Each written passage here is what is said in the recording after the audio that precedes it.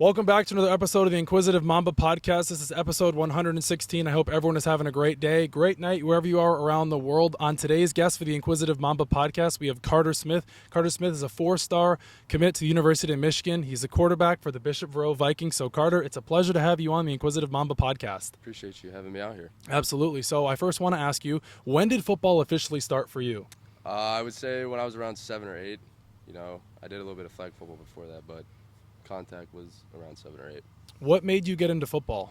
Actually, our middle linebacker, his dad was one of the other coaches for the flag football team, and that's kind of where it started. And then he eventually got me out there. And you grew up in Southwest Florida? I did. It's awesome to hear. What made you want to come to Bishop Verot? I'd say definitely the education is a big part. I mean, getting a good education, good foundation, is kind of where it all begins. And then obviously having Coach Rode here helps out a lot too. Yeah, absolutely. So when you say Coach Rode, who is Coach Rode? He's our head coach.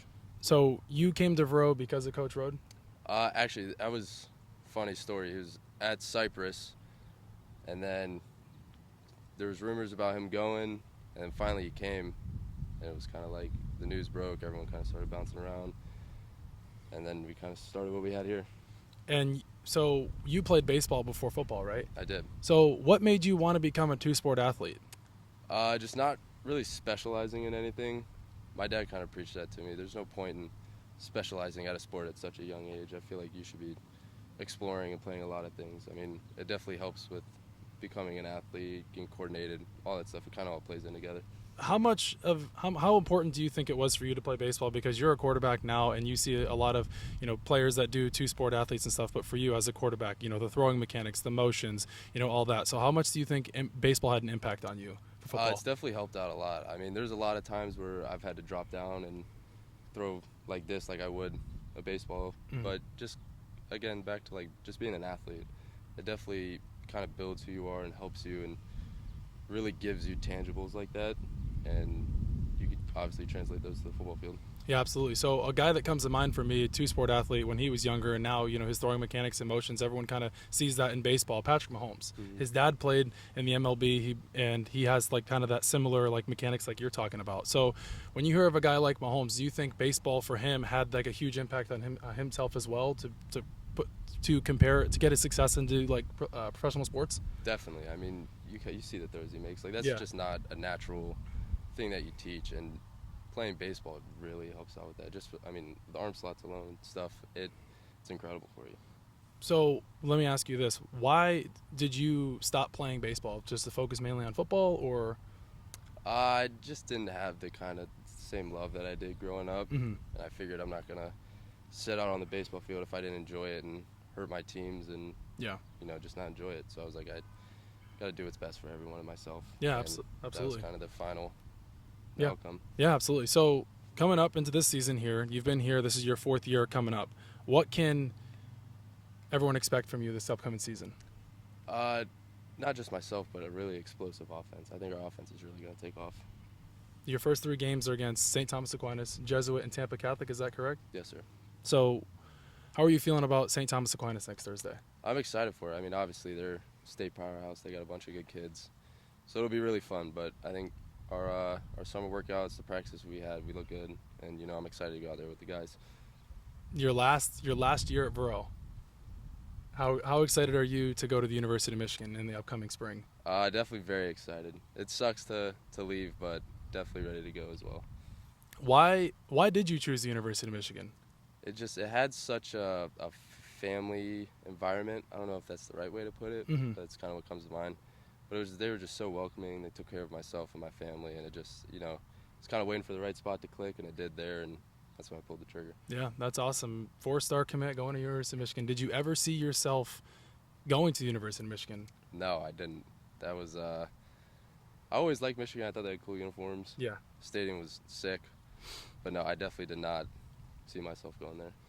So cool to think about. So when you're not playing football, what do you do in your free time? A lot of boating, a lot of fishing. I'm actually going shark fishing tonight. Yeah? So big shark fishing guy? Avid? Yeah. Is shark fishing hard? Not really. Kind of just cut some bait up, throw it out there, and whatever happens, happens. Never done it. Seems pretty cool. Just really never got into it. I feel like it's dangerous. Should definitely try it. I don't think so. I think I'm gonna leave that to you. So when let me ask you this: how do you balance your football career with your personal life? It's definitely tough, and it's only gonna get tougher. But I don't know. I just kind of go with the flow. Whatever happens, if I have free time, text one of my buddies or go out with my family and do something. But I mean, yeah, that's really it. It's tough. Yeah, Vic, you're his coach on the team. How do you think Carter's progressed over these past few seasons that you've been here with him? So when I started, after I finished college and came back into town and started working and met Coach Rode, it was his first year here back at Verot, and I really wanted to get back into football and come out here. And my youngest sister is the same age as Carter. She went here to Verot as well. And I always remember hearing about this Carter Smith kid, who was supposed to be, the next great quarterback in the area. And I was coming off of, just coming out of college and playing in the Big Ten, and I'm like, okay, well, I've seen a lot of good players. We'll see how good he really is. And I show up in the spring, and here's this freshman goofball who is just.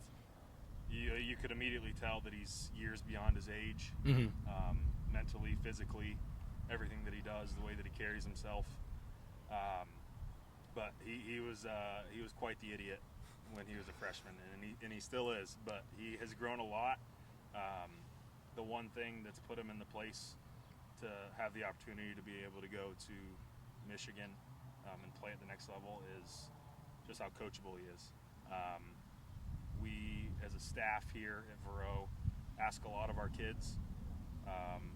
Some things that we do as a team, we really have to sacrifice from our personal lives and our day-to-day things that we'd want to do on the weekends throughout the week. These kids put in a lot of hours here, and Carter never once has complained, never once pouts. He shows up every single day ready to go to work. He doesn't care about himself. He doesn't care about his stats. Doesn't care about his offers. He cares about the team, being the best teammate possible, and being a leader in the way that he acts. And that's just gotten progressively better every single year, going through the losses, some tough seasons. Even with the success that we've had, there's always growth and learning opportunities, and he's taken every single one of those and just absolutely become an incredible man, and I'm excited to see him in the next 4 years at the University of Michigan. Yeah, that's some great words from your coach there. I'm excited to see you at the University of Michigan as well, but I got to ask you, for this upcoming season, what do you think there's something that you can work on, that you can improve on? Just becoming more of an actual quarterback. Previous years, it was kind of just running out there, being an athlete. I think, really learning coverages and perfecting my footwork, it all, obviously will benefit me now, but it plays into a bigger picture to help me out a lot in the future. So you've trained with Josh Vogelback in the past, and he is on the coaching staff here. How much of an impact has Josh Vogelback had on your career as a football player? What's immense, great. He's kind of helped shape who I am now. Just, in the film room, helping me out here, just little cues, things like that, just really have helped me build myself as a quarterback. And, I can't thank him enough or show him the gratitude that he deserves. But he really has helped me a lot.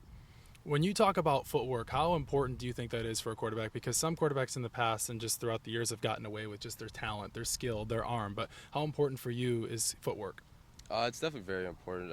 You always need to be an athlete, and you'll have to make plays and do stuff like that. But just having a good foundation makes life a lot easier. So you're not taking a three-step drop and fading away, trying to hit an out route or something like that. It makes your life as a quarterback a lot easier. When you mentioned earlier, you said that you want to become more of a true style quarterback. You said, because in your past you said you kind of like that more of a runner type feel. What do you think there's something that you can work on with your arm this upcoming season? Your mechanics, your motions, your intangibles. I really don't use my hips a lot, which is kind of takes a lot off my ball.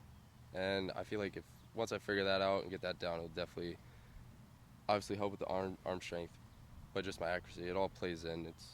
As a quarterback, you have to be connected. Your body has to be connected. So once I get it truly connected, I think you'll kind of see it take off a little bit.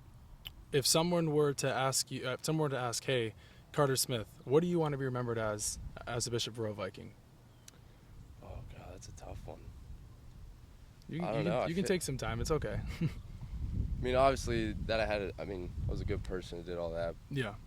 And then definitely on the football side, just, my competitiveness, that I wanted to win.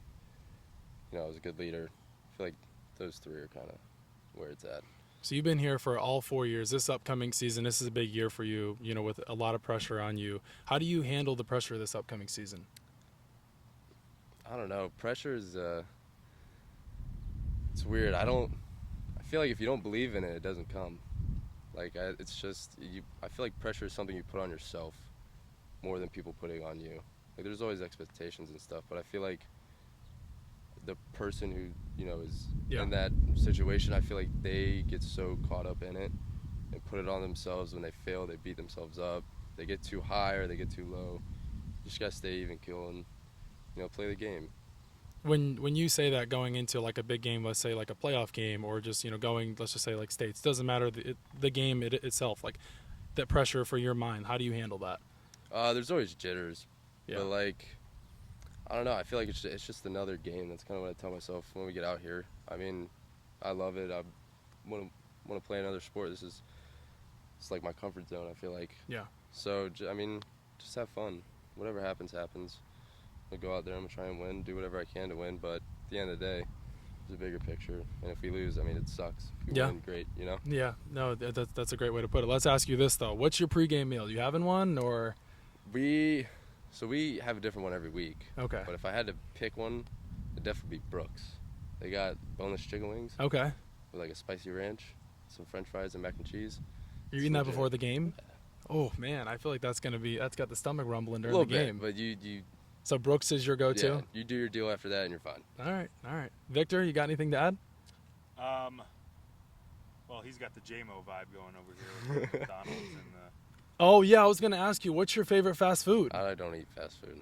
If I had to pick one, it'd be Chick-fil-A. Do you even consider that? Is that considered fast food? I guess you can. I've had this conversation with people it's categorized as fast food. So yeah, I'd definitely have to pick. Okay, yeah. So okay. I was going to ask you. I guess some most athletes aren't supposed to eat fast food. I guess in the off season you can, but during the season, but Chipotle doesn't have a drive-through. Is that fast food? I don't know. But every time you go in there, you sit down. So they say there's like a weird thing about Chick-fil-A or Chipotle. It's not exactly fast food, but it's like there's like a term for it. Yeah, I forget what it is. But yes, no, I don't think I wouldn't say it's. If fast we food. considered Chipotle fast food, it would be Chipotle. 100%. You can't eat Chipotle. I don't think you can consider Chipotle fast food. Like, would you that's the same thing as like Moe's or Tijuana Flats. You get it at is fast. But it's That's very true. but it's not exactly fast food. Sometimes some people would say that if you were to go into Chick-fil-A or go into Chipotle, you'd probably get your Chipotle quicker than you would your Chick-fil-A. I would say that. If you time it up right, you're in and out of there. Yeah, I would say so. So you're a Chick-fil-A guy. Yeah, big Chick-fil-A guy. All right, what's a weird food combination that you enjoy that most people think you're crazy for doing it? Just any? Yeah. God, I don't know. Like ketchup on steak, or how some people do, like pineapple on pizza. Yeah, I'm a big Hawaiian pizza You're a guy. pineapple on pizza guy? Yeah. Oh. I don't eat pizza a lot, but when I do, it's definitely only Hawaiian pizza. It's my thing. So you're getting like a trashy pizza from Domino's, I'm getting Hawaiian pizza. Oh man. 100%. Oh. So your weird food combination is pineapple that on would pizza. be it. I don't even consider that weird though. All right, let's give you this one. If someone were to pass you the aux in the locker room, what are you putting on? Depends on the vibe and like what's going on.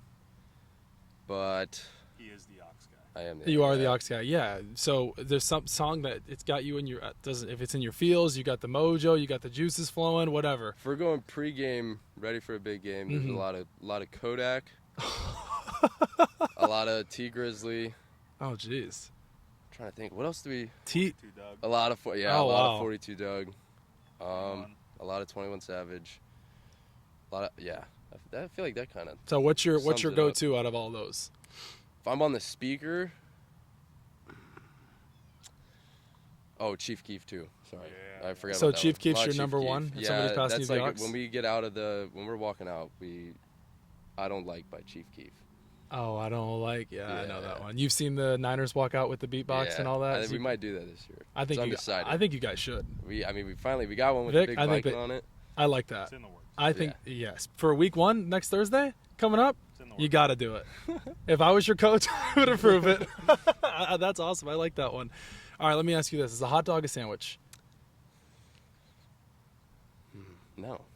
I feel like a sandwich, you got to have a top bun and a bottom bun. Yeah, I agree. There's no, you're just, But some people say it's a sandwich because it's got 2 buns.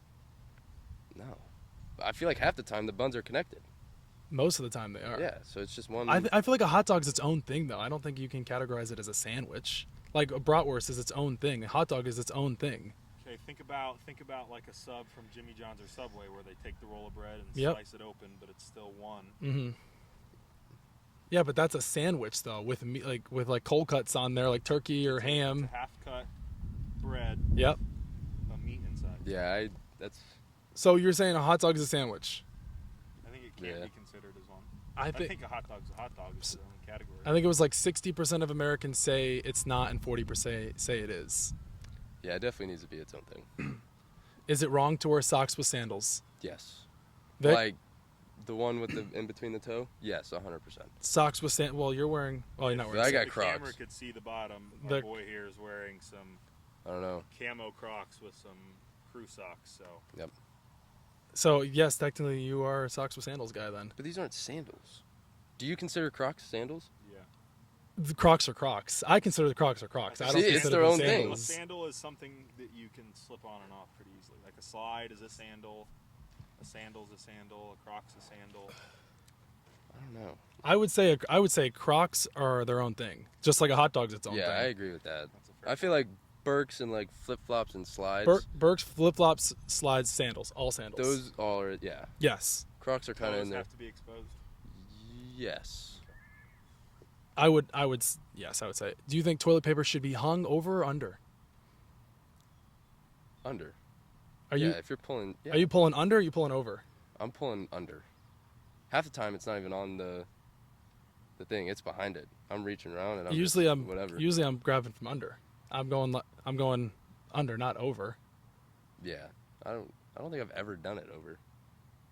I mean, I definitely have, but I don't think I've done it like as much as I've done it under. That's one where you're like you accidentally put it on Yes, the rack like that. I agree with that. You guys got to think about the geometry here. Oh About gosh. the width of the toilet paper roll, and if you're grabbing from under, you're pulling from behind the roll. But if it's over the top, then you're pulling from closer to you.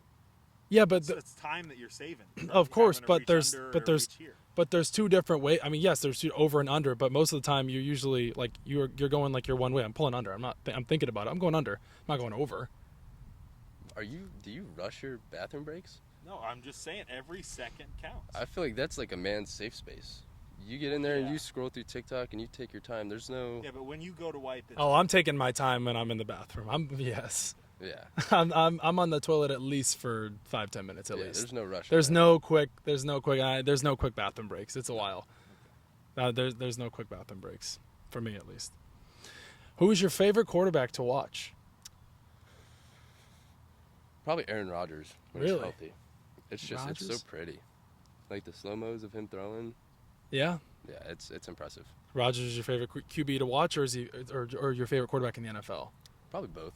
Yeah. I would say both. Do you think Rodgers is a top 5 quarterback of all time? All right, let me think about this one. I don't know. I think it's close. The only thing that sets him back is he doesn't have a Super Bowl, does he? Yeah, he has one against. one? Yes, he has one Super Bowl. Yep, when they beat the Steelers. I think that's what sets him back is he doesn't have multiple ones. I think if he gets another one, he's top 5. Is Aaron Rodgers Yeah, he's a first ballot Hall of Famer for sure. Oh, 100%. Do you think if he does get another ring, you think he'll become top 5? I think so. Yeah. Do you think Mahomes is already better than Rodgers? Yeah. I mean, when you look at stats and what Mahomes has done, it's legit. That's tough to beat.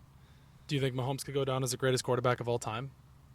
I believe so. If he stays on the same kind of track that he's going, yes. What about a guy coming into the NFL this upcoming season, Caleb Williams? What do you think his ceiling's like? I don't know. That one's tough because he could very well, I mean, boom or bust. Yeah. So, I mean, I don't know. That one's tough. I feel like if you ask a year from now, you'll have a much better answer from everyone. But right now, I feel like it's too tough to kind of. Do you think the Bears can make the playoffs with Caleb Williams this upcoming season? Kind of like how the Texans were with C.J. Stroud last year? I don't know. I don't think the Bears have enough offensively. Who do they have? Offensively, they got Rome Odunze now. They drafted from Washington. Okay. They just traded for Keenan Allen this offseason. They signed DeAndre Swift from the Eagles, and then they also just re-signed DJ Moore to an extension. They got the offensive Okay, pieces. so they got the skill guys. Is their line They legit? don't have an offense. Their offensive line is not that good. Their defense is good, is better, but it's going to be the question of, as a complete team, how can they Yeah, that's. come into I the feel like if they can assemble a line, yes. If not, there's no way. What team in the AFC do you think can dethrone the Chiefs? The Ravens. I'm a big Ravens guy. Oh, you're a and Ravens I'll guy? stick by that. The Ravens are winning the Super Bowl this year. The Ravens are winning the Super Bowl this Yes. year? How? Yes. They flop every single year. It's all right. It's Is the every year. every Ravens fan says it's This our year, it's our is year, the it's our year. Listen, don't ever. That's like comparing us to the Cowboys. What makes you a Ravens fan? My dad's from Baltimore. Okay. And a lot of my family has season tickets. So Ah, yeah, okay. Our whole side. Ravens are the Cowboys of the Stop. AFC. Is Lamar Stop. Jackson already a Hall of Famer? He's got 2 MVPs now. I don't know. It's tough. Probably not because of what he's done in the playoffs. I think if we can win some playoff games, win a Super Bowl, whatever, do all that, I think yes. But if he can't get over that hump in the playoffs, I don't think so. So you think that the Ravens can actually beat the Chiefs this year? I don't know. I hope so. I'm just kind of You're a diehard fingers Ravens fan. crossed. Yeah. I like that one. Give me your top 5 quarterbacks of all time. Gotta go Tom Brady. Of course. Gotta go Joe Montana. You gotta go Mahomes. Yeah, Vic, you agree with that? And then I don't really. You got know 2 after more. that. You're forgetting one. I'm going A-Rod 5. I'll stand That's by it. 4. I don't care. You got one more. You're forgetting one key guy. There's only one answer. There's only one answer. He's I'm only scared. I'm scared. he's Elway? No, I this don't know. this That's. he played for the Broncos. Oh, Peyton Manning. I don't know. There you go, the sheriff. Yeah. Yeah. No, the sheriff. So those are your top 5 QBs. I completely forgot about Manning. So Rodgers in your top 5. All right, let me ask you your top 5 wide receivers of all time. Going Randy Moss 1. Oh no. I Whoa. lied. I'm going Calvin Johnson 1. Wow. Going Randy Moss 2. Okay. God, now you put me on the spot. Yeah. It's tough to think about him now. Start throwing out some names. Okay. All right, I'll give you some names. Okay, you got Marvin Harrison, you got Antonio Brown, Julio Jones, Calvin Johnson, Randy Moss, Jerry Rice. Oh, you gotta go Jerry Rice 3, Prime Julio 4, Wow. Prime AB 5, Wow. Where's Prime D Hop. DeAndre Hopkins? DeAndre Hopkins was unguardable in his prime. You're forgetting some guys, man. I'll throw Steve Largent at 5. Okay, well, Steve Largent. All right, I like Steve. You're forgetting some. You're forgetting. What about Andre Johnson? He's up there for sure. Yeah, but You're forgetting he's- Terrell Owens. He's not top 5. T.O. They're close. I think they're up there. Like those are guys like 6, 7, 8, 9, 10. So your top 5 is Jerry Rice. No order. Jerry Rice, Julio Jones, Antonio Brown, Steve Largent, and Megatron. All right, I'll take out Antonio Brown. I'll put. Steve Largent. No, he's already in it. I Oh, thought. okay. Yeah. No, I'm putting Chad Ochocinco. Chad Johnson. Yeah, What? yeah. No, come Yeah. on. No Yeah. way. Just solely on the fact of how competitive he was. Like Yeah, he was would a run dog. in and try and hit Ray Lewis on a block. He was a dog. Like just stuff like that. Like I respect that. I think that's awesome. All right, so let me ask you this: what do you think about the recent ban of the hip drop tackle in the NFL? You're a football player. You play football week in and week out. I think what they're trying to do is good, but I feel like that just takes away from the game. Like I understand they're trying to, keep players healthy and keep the injuries low and stuff, but it's also football. Like, how are you supposed to tackle Derrick Henry when he runs through the hole? Like, what is a safety supposed to do? I asked Vic this back in April. He basically gave a big breakdown of it. I mean, I'm completely against them banning the hip drop tackle. I mean, you're taking away a whole aspect of the game. You're going to try to teach these players now, 20 years later, how to tackle differently. I mean, they sign up for this. They know exactly what they're getting themselves into. 100%. So, I mean, I just think it's a bogus I just feel like it's getting closer to two-hand touch. Yeah, and it's not like any of the injuries and stuff are new. Like you said, No. everyone knows what they're getting into. They literally sign contracts leading up to every single season. They know what they're expecting. You guys know it's a rough sport. You know what you're expecting when you're going into it. 100%.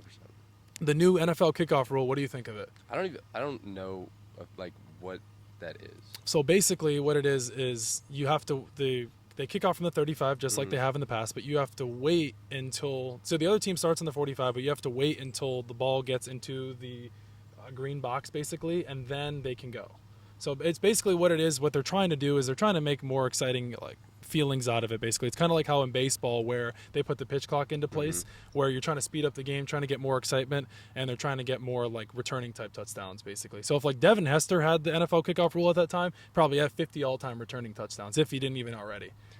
I don't know. The way you're explaining it, I don't like it. It's weird. So basically, you'll start on that side there, and you have to wait. They'll put this green box around the 10 here, and they have to wait until the ball goes, and then they can touch them.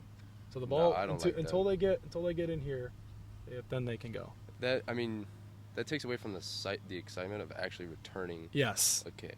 But the thing I do like about it though too is if the kicker kicks it through the end zone and it goes past the goalpost, they have to then the ball automatically is at the 35. 35? So yes, so they can't get away with any more of the aspect of I'll just Harrison Bucker or Gostowski or Vinatieri will just kick it through the end zone and the ball just goes to the 25, and not anymore. So they're basically making sure that you have to return the ball, kickers can't kick the ball wherever they want now. So I do like that aspect of it, but I don't like the whole new things. I feel like they're taking away the aspect of the true kickoff. Yeah.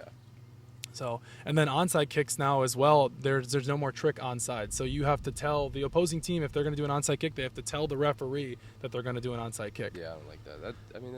It's football. That's what I'm saying. They're making these little rule changes, and I feel like it's just they're nitpicking and they're taking away the true aspect of the game. 100%. And what's another one here? Not the hip drop tackle, not the new kickoff rule. Oh, the chain gang. So now the NFL is supposedly going to be implementing the new electronic chain gang. What do you think of that? I don't know. I feel like it just takes away from football again. Nick, what do you think of that? I don't know. It's like the baseball thing with automatic balls and strikes. Mm-hmm. In theory, it seems good. Yes, it gets it right every single time, but it takes away from the history of the sport and what the sport is meant to be. It's a sport played by humans, coached by humans, reffed by humans, watched by humans. Humans are faulty at our core. We make mistakes. We get things wrong. If you're a fan of a team, things go against you. Things go for you. That's part of the game. It's something you can expect. And when you take away from that with, whether it's baseball, automatic balls and strikes, or automatic chains in football and getting every single down to the millimeter right.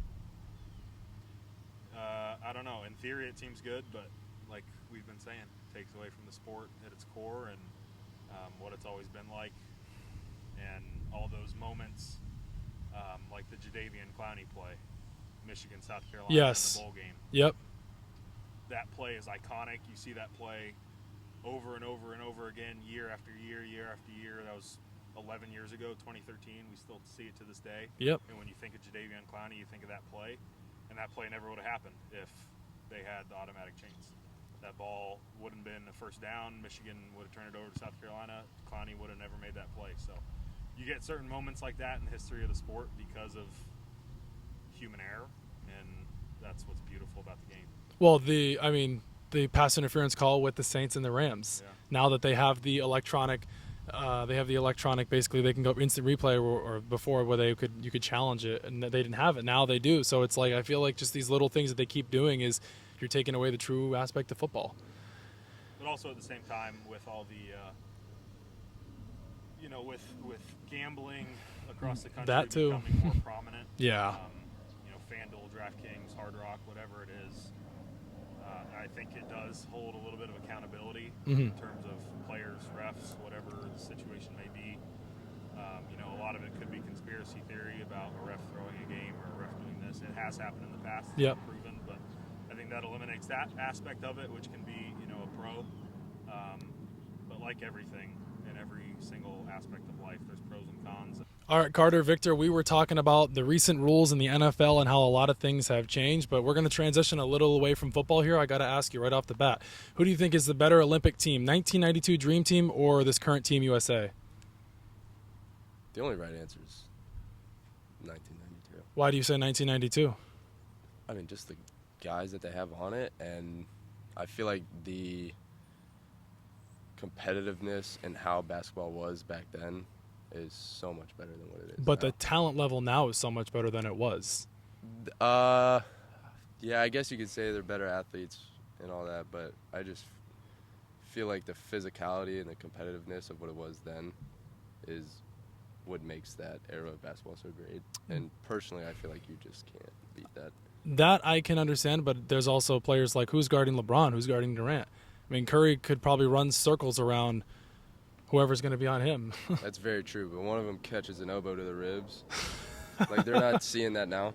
Well, I feel LeBron. like LeBron gets poked in the eye and he's down for like, what was it, like 10 minutes or something? Yeah, he got hit in the eye. He had 3 stitches or something against Brazil, and he was, yeah. What was there was a comparison. It showed someone getting hit in the face with a baseball. Yep. It was up in like a minute 30. Someone else broke something, was up, getting off the field in like 2 or 3 minutes. And it showed LeBron was like poked in the eye and was down for like 10 minutes. Yeah, I mean, soccer players, the same thing. They fall over the grass, and then they act like they tear their ACL, and they're out for the foreseeable future. Yeah, I mean, I understand what soccer's trying to do. Mm-hmm. Like, you kind of have to sell it a little bit, but it is definitely very dramatic. Okay, are you a big basketball guy? Like, do you know like guys that you would pick for a top 5 of all time? If I were to give you like, hey, who's your starting 5 in the all-time NBA? Could you name your starting 5? Let's try it. All right, go. Jordan, Kobe, Okay. Shaq,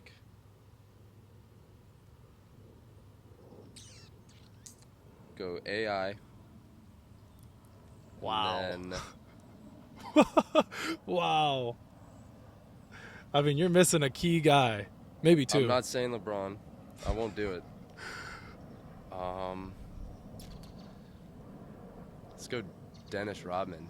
I like the physicality Ball nowhere. and Wow. just Ball nowhere. what he brings to the table. I You mean, completely forgot the most unguardable player in basketball history, let alone the NBA, Kevin Durant. I don't know.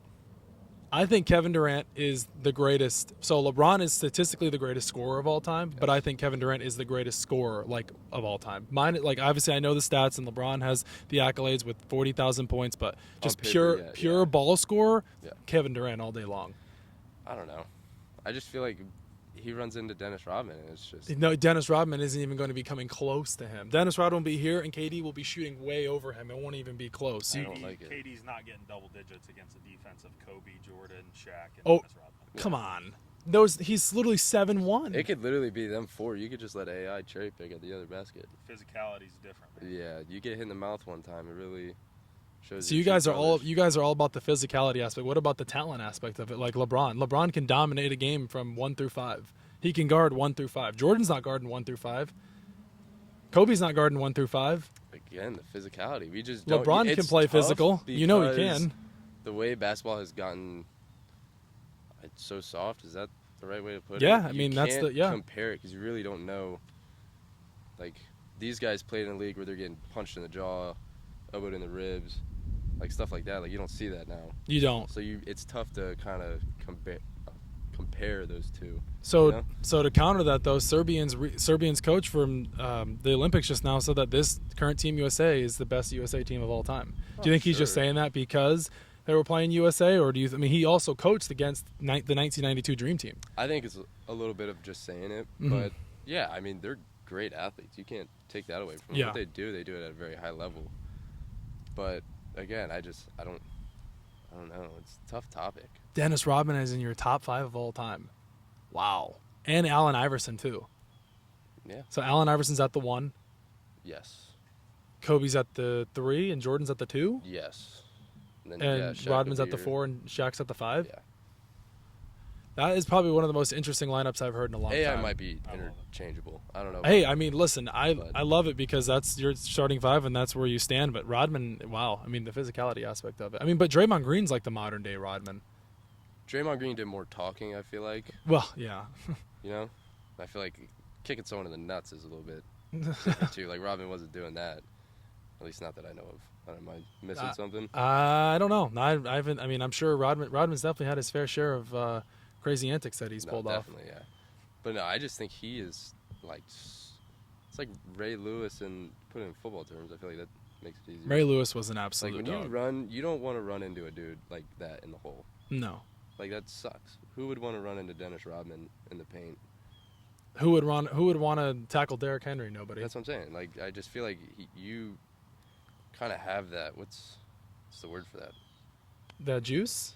No. Strength? Like an aura. Like, Oh, the aura? Is that it's corny to say now because the word's blown up. But like, well, you I say it kinda all the have time. that, like, It's aura. I tried to say He it said on he our said podcast. aroma. He said aroma by accident, and he got Oh, ripped. boy. And who cares? But anyway, so you think Dennis Rodman had the aura? When I think he of aura, kind of has that factor about him. Yeah, the like, it factor, you not don't the want to it. mess with. you think Dennis Rodman's more like he can't be an it factor. He's like the X factor almost. Yeah. But the X factor would be somebody coming off the bench. Okay, let's say he's like the Swiss Army knife, Yes. kind of like Draymond Green is. Almost. Yes, but yes, I got what you're saying. Like Dennis Rodman shaped the way for guys like Draymond Green to be in the Yes. NBA now. Yeah, I mean the physicality level has gone way down. So I'm just gonna ask you right off the bat. I feel like I know what you're gonna say, but who's your GOAT of all time? In NBA. basketball? Yeah. It's Jordan. It's Why- Jordan or Kobe. Kobe? I'm just not a big LeBron guy. I can tell. You didn't even put I him in your can't- starting five. Yeah, I don't know. It's just So nobody can change your mind that Jordan's the best of all time. You say LeBron can't be the best of all time? I'll stick by it. No, LeBron is so fascinated with politics and doing all this stuff. Like it's just play the game. Like you don't need to have to like do all that. I don't know. I'm not a big You're just fan. you're just the big Jordan guy. Not even that. Like I love Jordan, but like it's just I don't know. Do you think Kobe's a top 3 basketball player of all time?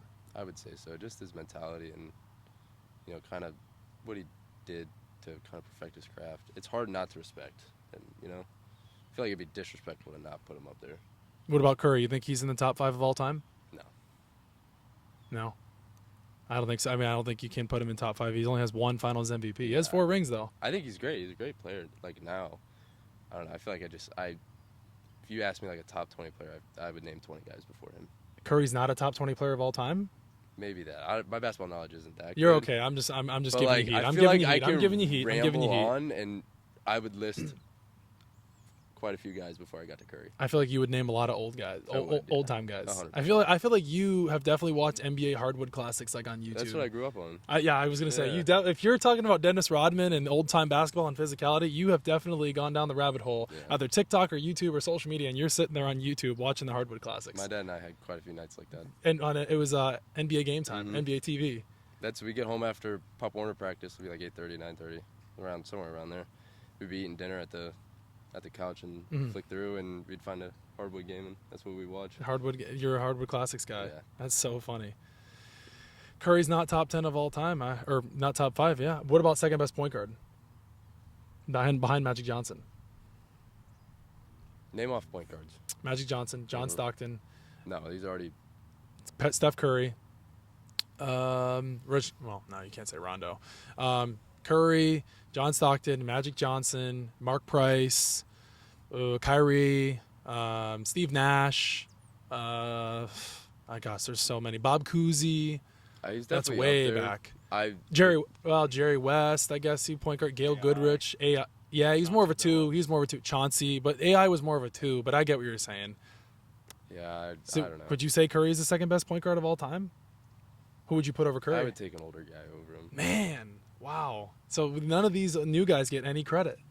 I mean, they're great at What if you Great put athletes What if and you great put Kevin right now. Durant back in the basketball era of the hardwood classics times? I think he would absolutely dominate that time. I don't know. You think because of the physicality? A little bit. I think he would do good just because of how freak of an athlete he is. Mm-hmm. Who, Durant? Yeah. Yeah. But again, it'd be tough. You really don't know just Mhm. because of how soft the game has gotten. What is your hottest sports take that you have in the vault that people think you're crazy about? You got to have one, and I got to hear it amplified. I don't know. Someone else go. I need time to. I All gotta right, think about this one. All right, Vic, you go. Hottest sports take. Yeah.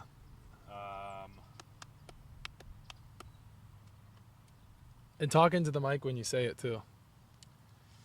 I think that and this has nothing to do with him, but I think that the media air raid for the last year at Jim Harbaugh in Michigan is the biggest crock of crap that I've ever seen in my life. I've been in college football. Every team does what they're being accused of doing. He is a phenomenal human being, a phenomenal coach, and there are college football, NFL, professional sports coaches drunk driving, doing things at bars, cheating on their wives, doing all this crazy crap, and yet the talk of the town is Jim Harbaugh in Michigan stole signs, and that's the only reason they were good. That's all that people can talk about on ESPN, and all that Paul Feinbaum wants to talk about, and I think it's ridiculous.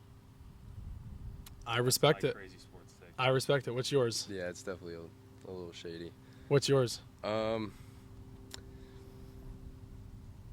This is the only one that comes off the top of my head. Is the what year was it 2002 when Ohio State played Miami?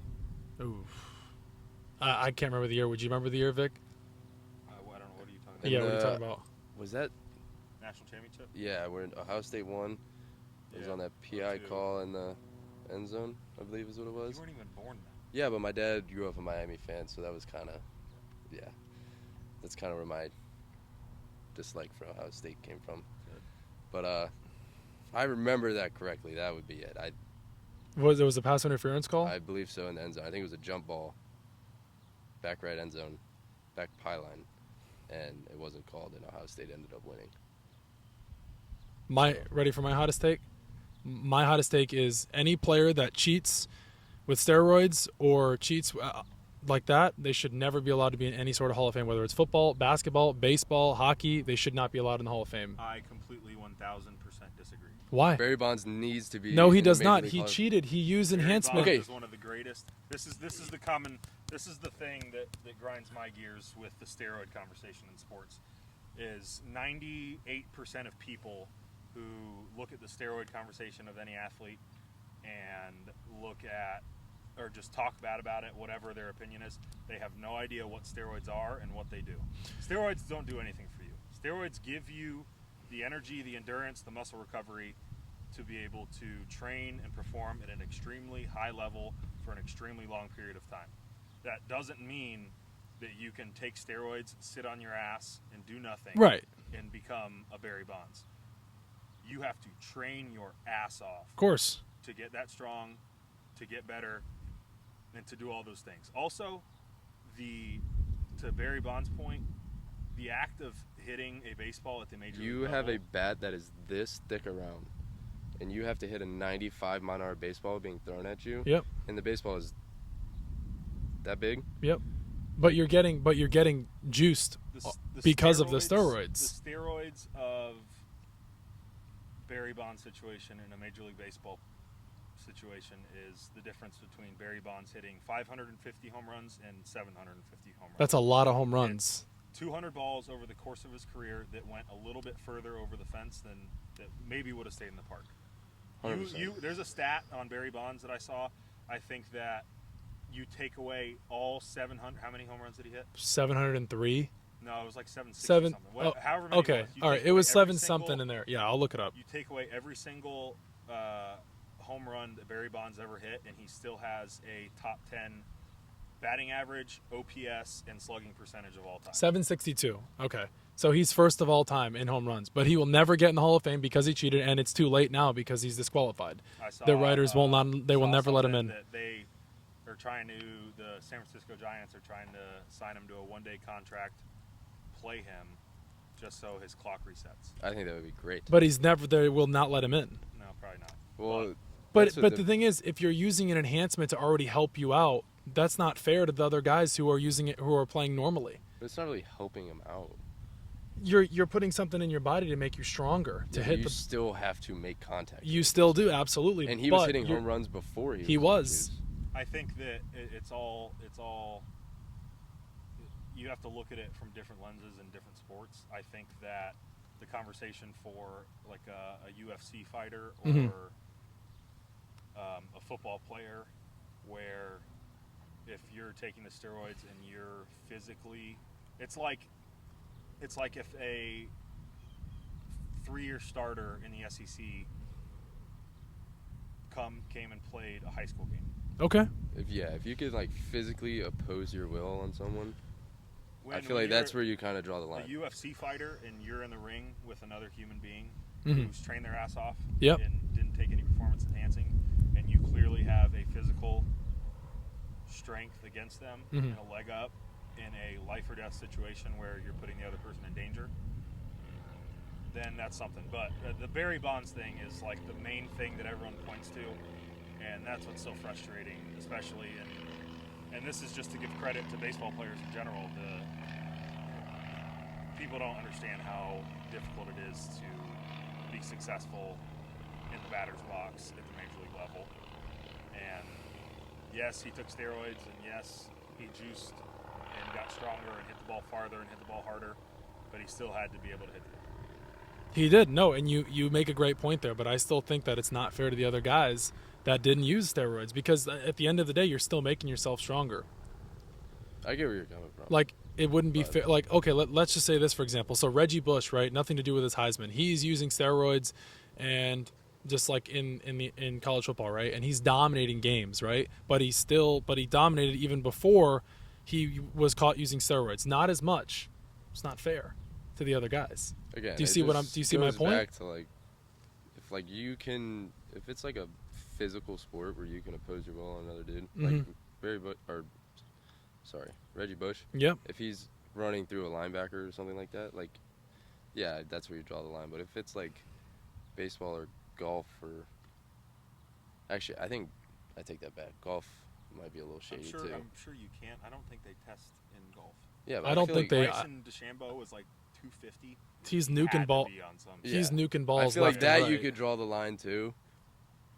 Honestly, really just baseball. I feel like that's the only one where it's kind of like, well, So what do you think? Okay, so let's stay on baseball here. So what about the Astros when they cheated in, was it 2019, or with the banging on the trash cans? Do you think those players should be in the Hall of Fame? Like Altuve, should he be in the Hall of Fame? He cheated. The whole team, should they be vacated? it's definitely shady, but at the end of the day, you still have to hit the ball. What you ab- can know it's like there's in a 3-2 count. Like, it depends on the situation, obviously, but like 3-2 count, you're depending on base path Mhm. and whoever's on, whatever. You're most likely gonna get a fastball. Yep. Like, you know what's gonna happen, and there's dudes who still swing and miss.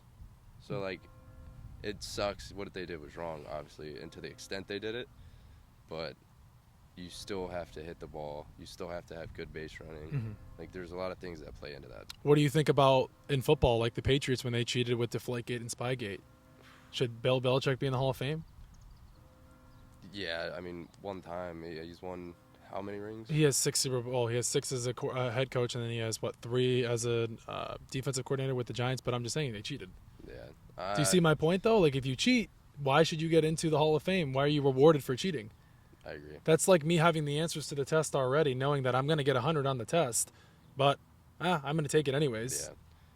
Yeah. That one's tough because he's done. Obviously, has all the other accolades. Right. And It's not just Belichick though. It'd be the Patriots. Yeah. I don't know.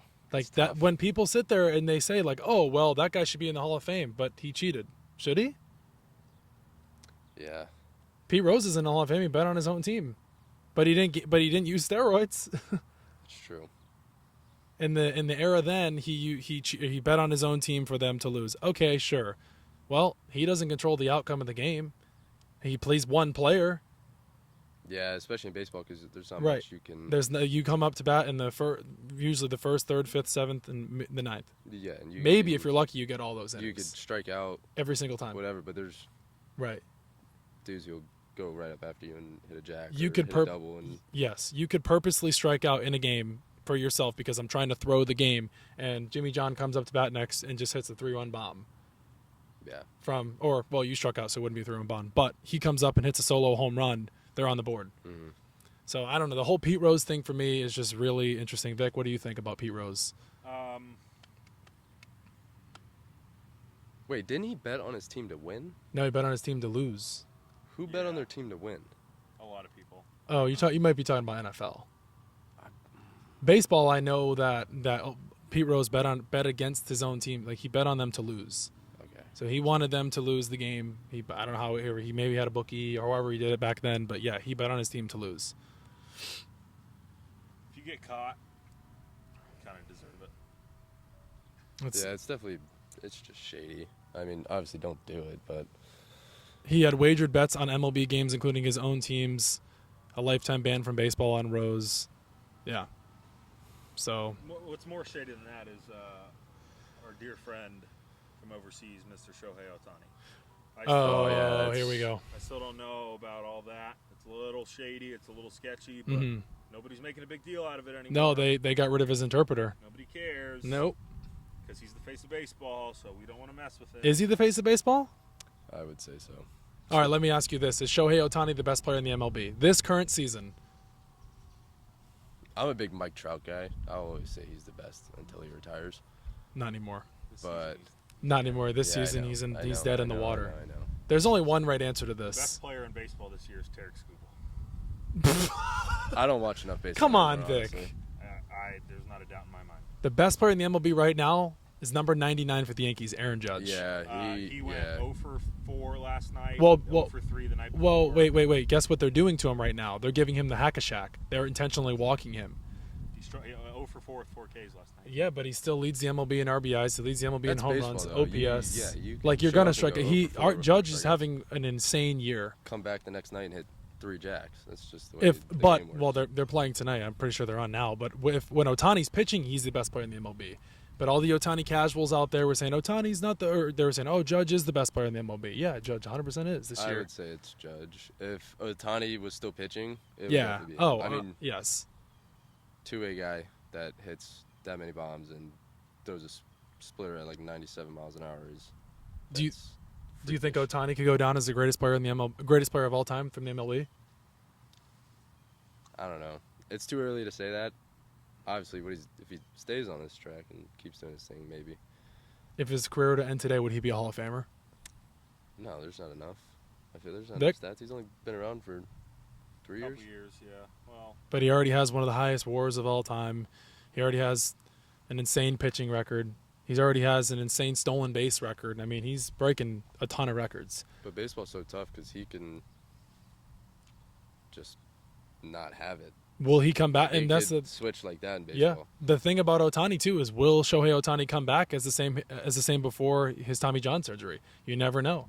He may never be the same pitcher again from that Tommy John surgery. Yeah, You've I played think he baseball. should You just understand it. Hang that one up. Just hit. You think he should just hit? Yeah. He got a TJ's $700 million tough. contract. Yeah, and that he's set too. Yeah. Just go out there and have fun and hit the baseball. Vic, what do you think? it's case by case. There's a lot of pitchers that have come back from Tommy John and performed better than they did before the surgery.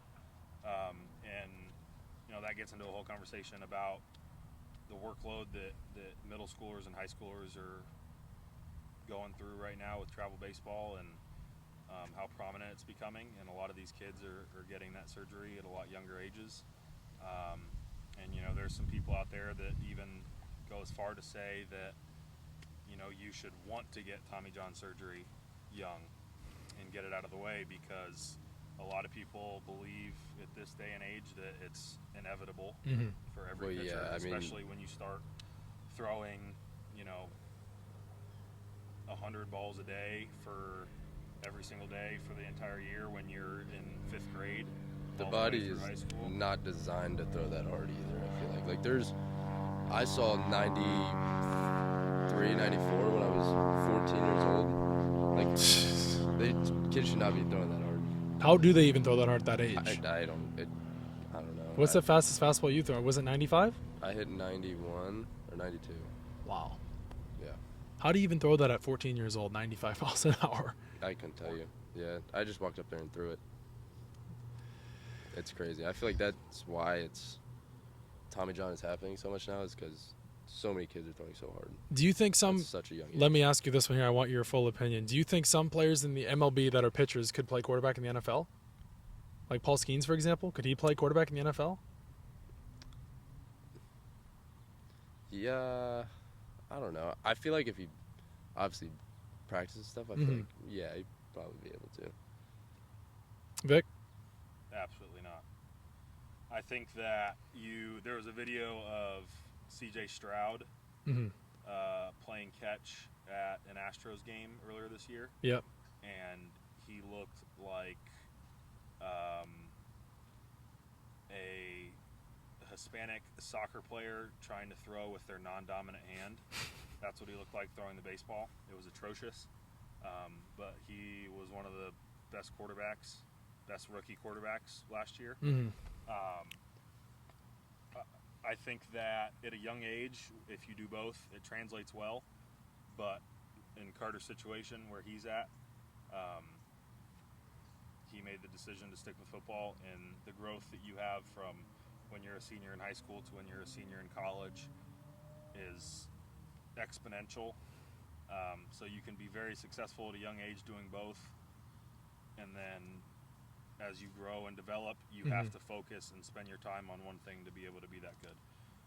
That's not to say, like he just said, if Paul Skeens were a junior in high school and playing baseball and football and went to go be a quarterback, not saying that he couldn't be great, but I don't think that any MLB pitcher can, take a couple months, step back, try to train to be a quarterback and go be a quarterback.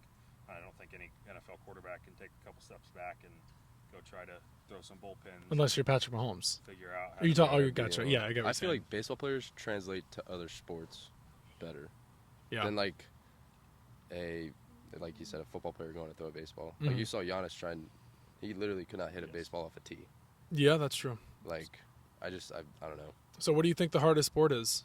100%. It's baseball or golf. You know what they say the hardest sport is? What? Fighting, wrestling, boxing, MMA. Yeah. I would say, in my opinion, before I researched it, I thought hockey or golf was the hardest sport.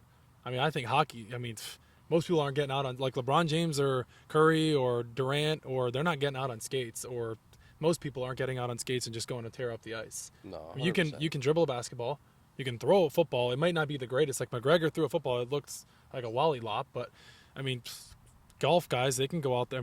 I think hockey and golf, respectfully, are the two hardest. It's definitely not something you could pick up, but if you started at a young age and hockey, I feel like it's be good at it. Fighting, you can't teach fight. Yeah, you can, but I think wrestling is probably definitely.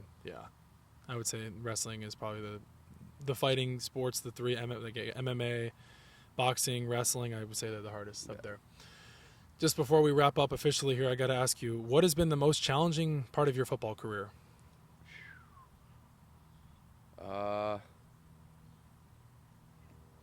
have two things. I would say becoming more vocal, because I've always kind of been more of a reserved and not quiet, but like laid back, and Yeah.